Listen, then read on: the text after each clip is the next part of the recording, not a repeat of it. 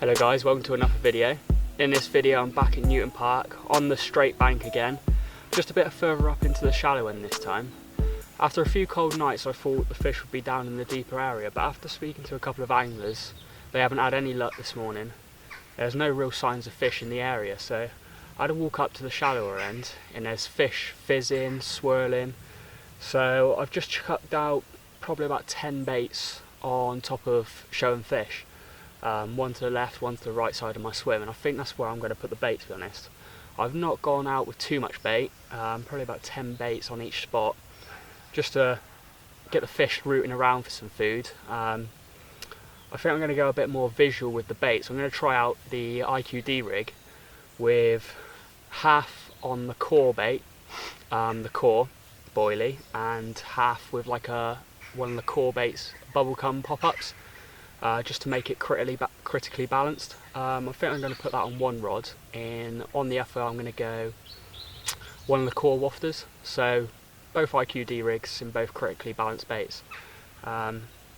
Two rigs that I haven't used a lot of, and just want to give it a go. So I think that's what I'll start with. Obviously I'll go through the rigs with you later, but that's what I'm going to start with. So fingers crossed, we might get some early action.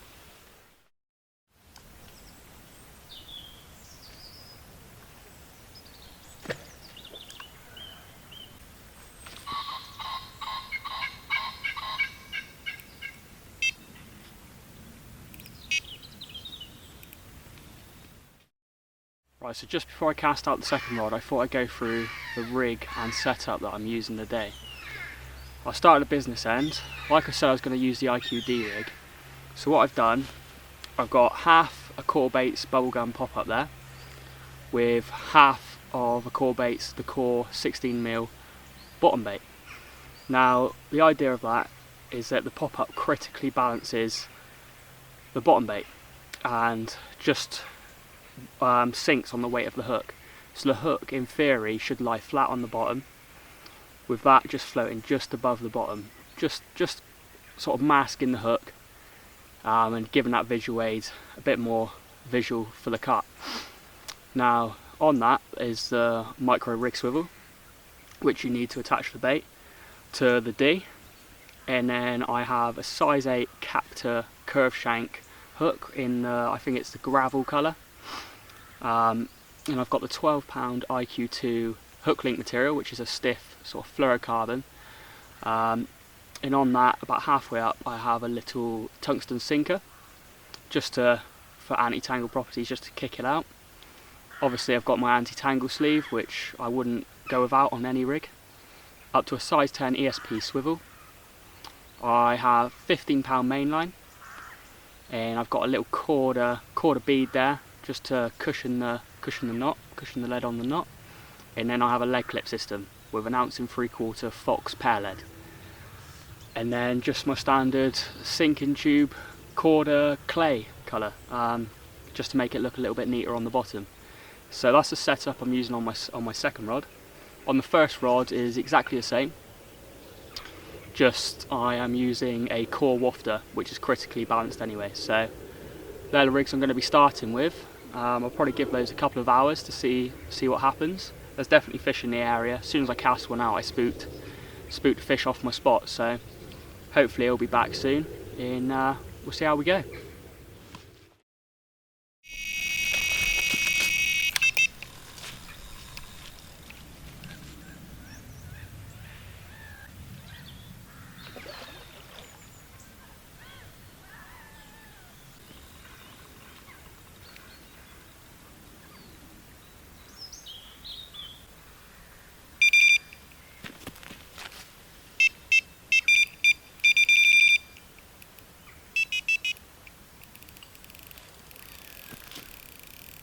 Two takes at once. Yeah, so the importance when you get a double take is do not rush the fish you're fishing with. You're already catching. He's on the bait runner, he can't go anywhere, he's in open water. You don't want to rush it, otherwise you'll just end up losing both fish. This one's nearly done, but it's a very good fish, so he's almost finished. There we go. That's one in the net.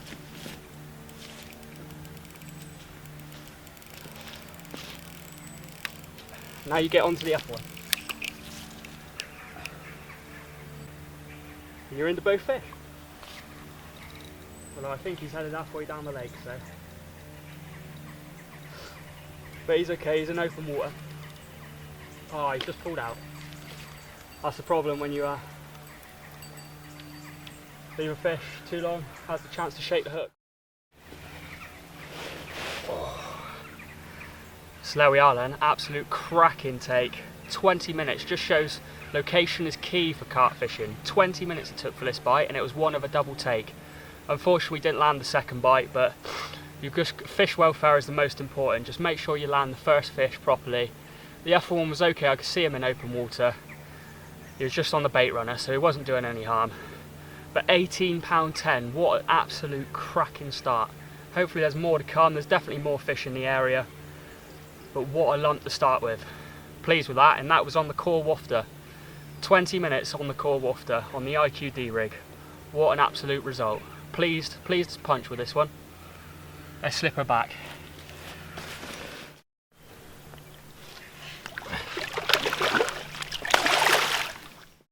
Right, so it's coming up to about 2 o'clock now. It's been a couple hours after I had that £18, 10 ounce mirror carp. Not really much of any more activity up here, so I had a quick walk around just up and down the bank, see if I could spot anything. There was a few fish showing just up in the shallower end, but as I come back to my spot, there was a few fish just on top of the swim that I've been fishing, on top of the spots. So I've brought the rods in, rebaited, and chucked about 10 more baits around each spot, and I've put them back out on the same spots I've been fishing. If I hadn't have come back and seen any more activity in my swim, I probably would have moved up to where the shallows are, but I do feel that the majority of the fish are going to be into the deeper water, so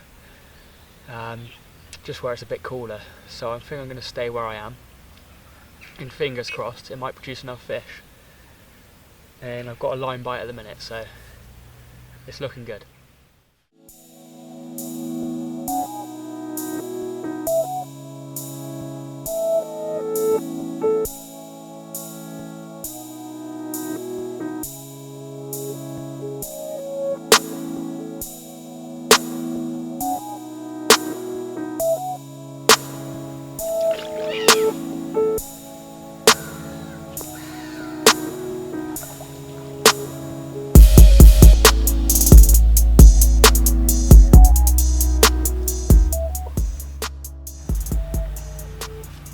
There we are then, fish number 2, probably around 12 pounds. Real deep fish on this one, real stocky. And this came on the upper rod. This was on the, still a bit lively, but this one was on the half pink bubblegum pop-up, and the half core baits, the core. So critically balanced on the IQD rig again. It's taken about 3 hours after the last one, but one absolute cracking fish. Let's slip her back.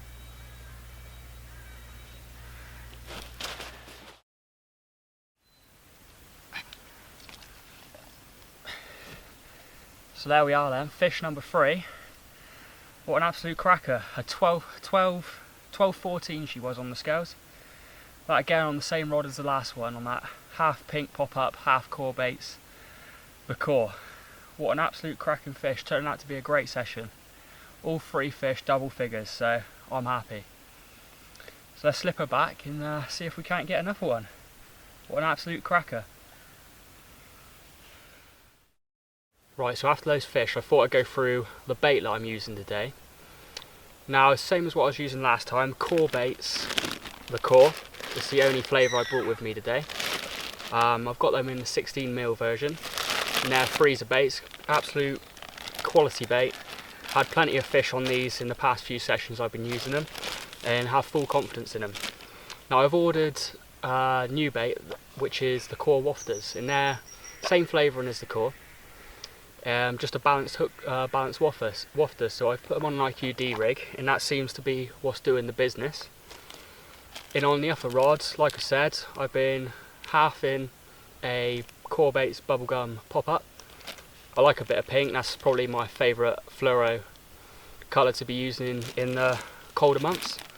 And I've just halved one of the core and just made it critically balanced, so it's just popping off the bottom, but not enough that the hook's popping off. The hook's lying flat. And that's the bait and the tactic I'm using today, and it seems to be doing the business. I have full confidence in the bait, so fingers crossed we'll get a few more.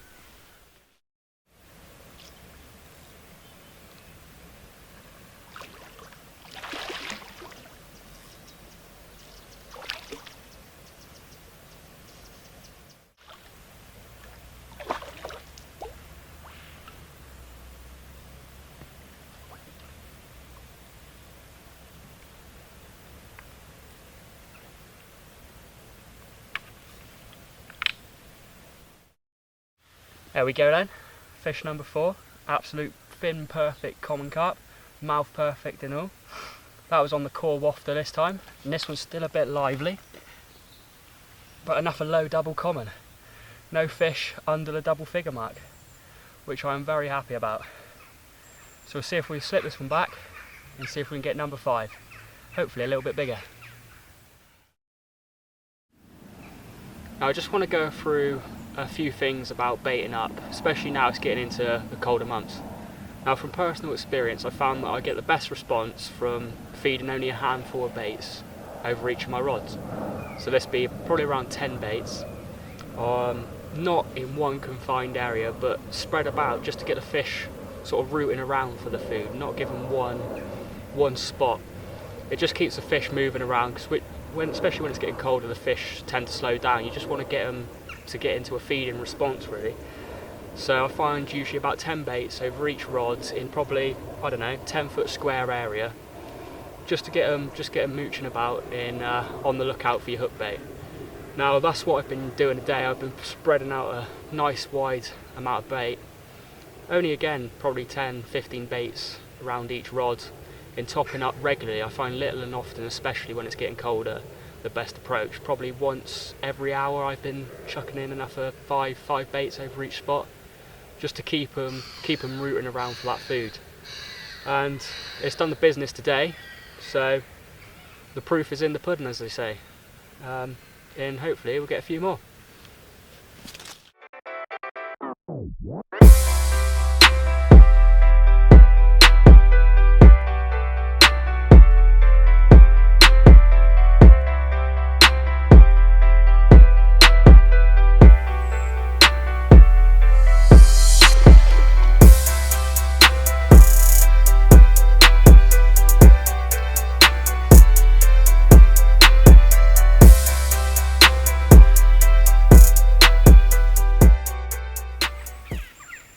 There we are, enough a low double, probably around the 12-pound mark this one, this time on the core wafter.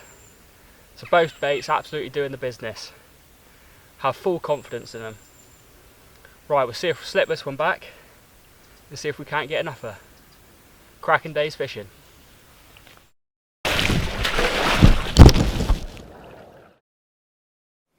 Well, unfortunately that's where this video ends. As you can probably tell, I had a bit of an accident.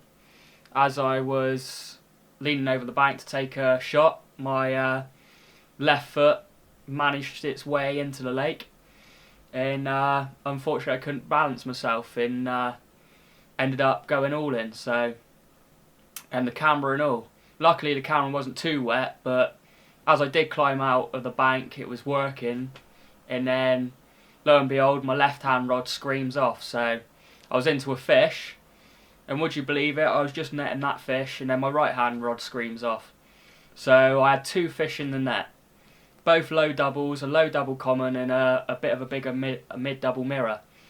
But unfortunately I went to set up the camera and the screen wasn't working and I couldn't get it to turn on. So unfortunately I have no footage or no photographic evidence, as my phone as well, completely lifeless. But yeah, so luckily put it in some rice overnight and turned it on in the morning, and it's all seemed to be working perfect. So I can't complain too much, but unfortunately didn't get those 2 fish on film. I was thinking of packing up anyway, so it didn't make too much difference to the time. But anyway, thank you very much for watching, guys. Please like the video and subscribe if you haven't already. It's very much appreciated. So until the next time, take care.